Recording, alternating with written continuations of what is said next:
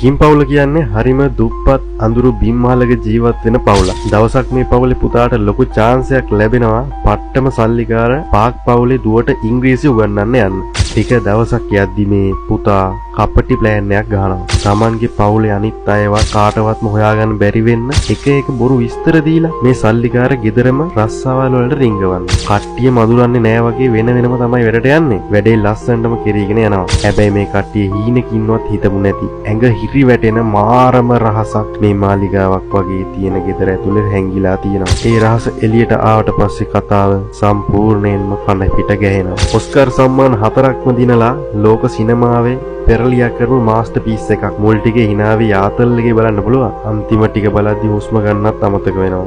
දකුණු කොරියානු සිනමාවේ තියෙන පට්ටම ත්‍රිලර් අත්දැකීමක් ගන්න ඕනේ නම් ජීවිතේට අනිවාර්යෙන්ම බලන්නම ඕන ෆිල්ම් එකක්. කතාව මිනිත්තුවෙන් අපිවත් ෆලෝ කරගෙන යන්න.